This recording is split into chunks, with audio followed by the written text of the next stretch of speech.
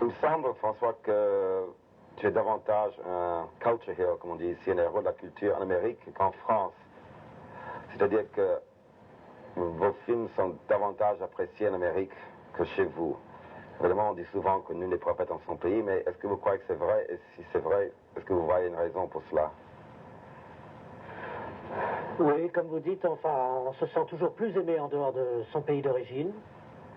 Je crois que c'est vrai aussi pour les écrivains, pas seulement pour les cinéastes.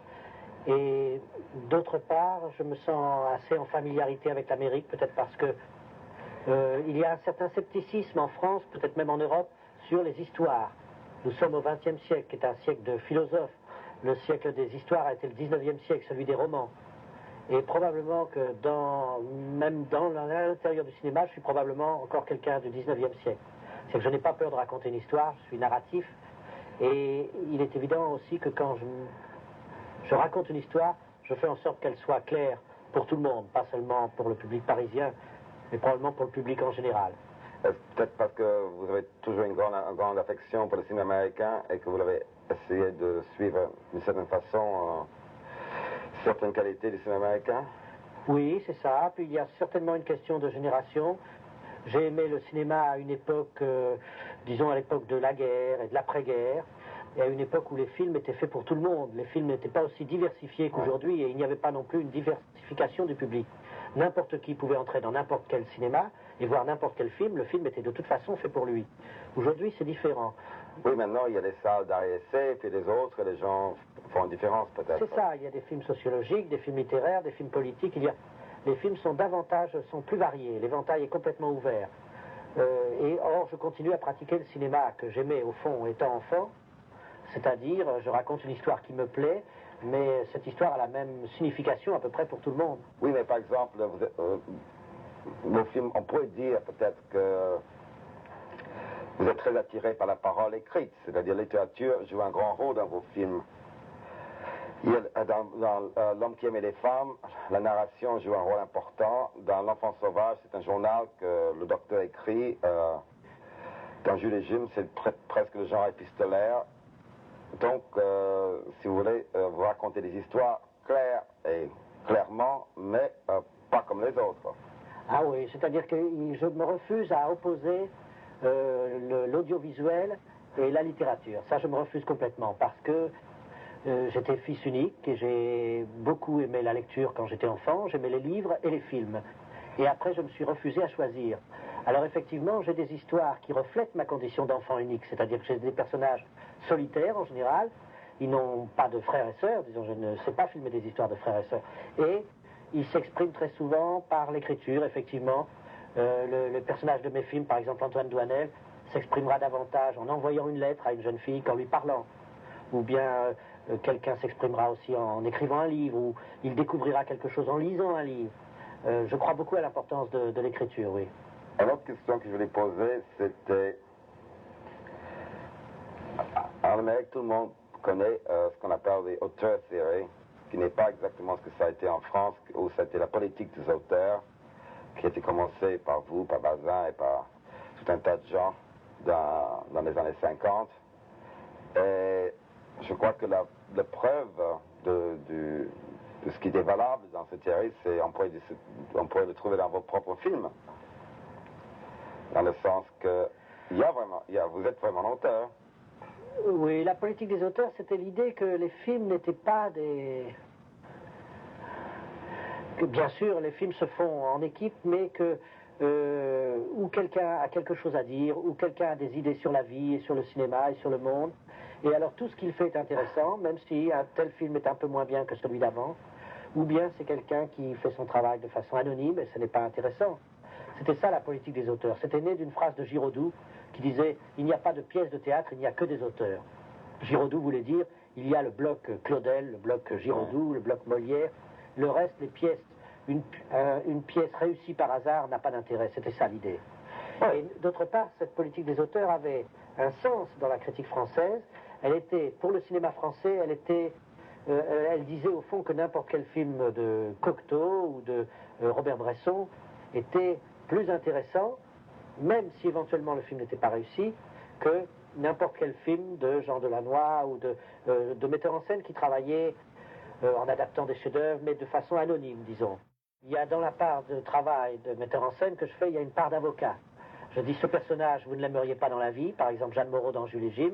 Ouais. Vous n'aimeriez pas une femme qui partage sa vie entre deux hommes sans pouvoir choisir, et éventuellement d'autres hommes d'ailleurs à l'extérieur. Eh bien, je vais vous forcer à aimer cette femme. Ce qui m'a attiré dans cette histoire, c'est que je me suis dit, mais enfin, on a fait des centaines de films sur une personne qui aime deux autres personnes, sur une femme qui aime deux hommes. Et pourquoi, dans tous ces films, il a toujours fallu qu'on oblige le spectateur à préférer tel acteur et être contre l'autre. Enfin, préférer un personnage et être contre l'autre. Et j'ai aimé le fait qu'il n'y avait pas de choix possible. C'est toujours la question de tout le monde a ses raisons.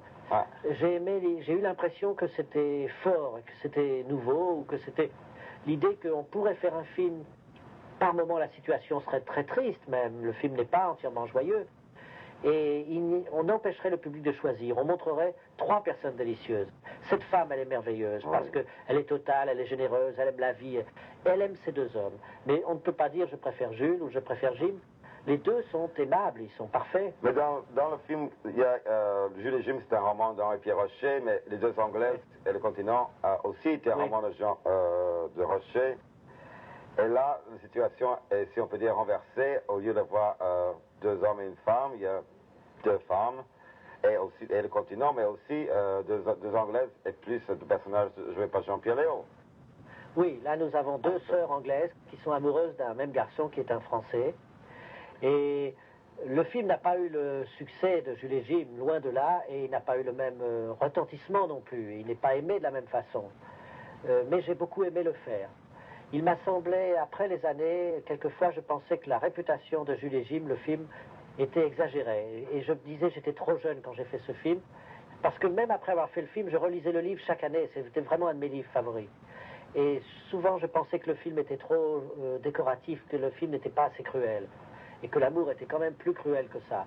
Et au fond, j'ai fait Les Deux Anglaises et Le Continent, je l'ai fait un peu contre Jules et Jim, avec l'idée que j'allais montrer la souffrance physique qu'on peut éprouver en amour, que j'allais montrer la dépression nerveuse, que j'allais montrer ce que c'est qu'un breakdown à propos d'une histoire d'amour. Et alors le film, je crois, est beaucoup plus physique, il est plus cru, simplement, comme la chance compte beaucoup dans ce métier, j'ai eu moins de chance en faisant Deux Anglaises, donc le film est moins bon. Mais il était peut-être, comment dirais-je, je l'ai fait avec la volonté d'être plus honnête. En Amérique, vous êtes considéré comme le metteur en scène français le plus important de notre époque, et aussi parmi un des plus grands metteurs en scène du cinéma mondial. En France, quelle est votre position, votre situation? Les critiques, qu'est-ce qu'ils en pensent? Ça dépend. Je crois que, en général, les films les uns après les autres sont examinés avec plus de sévérité qu'ici. Mais quelquefois, quelques années plus tard, la réputation des films est bonne. Pour moi, la critique se fait en deux temps. Il y a la critique au moment où le film sort, et puis l'idée qu'on se fait d'un film quelques années après. Alors, quelquefois, il peut m'arriver d'avoir un sentiment d'injustice. D'ailleurs, tout le monde a un sentiment quand on trouve des choses désagréables dans les journaux. Mais en réalité, je trouve que le deuxième jugement, le jugement de réputation après, est plus correct et remet les choses à peu près en place. Et puis aussi, quelquefois, on est fâché contre la critique au moment où un film sort parce qu'on a tellement travaillé qu'on est incapable de voir les défauts d'une chose. Sûr. Mais 3 ans après, on les voit très bien. Et ça vous arrive d'être d'accord avec des mauvaises critiques?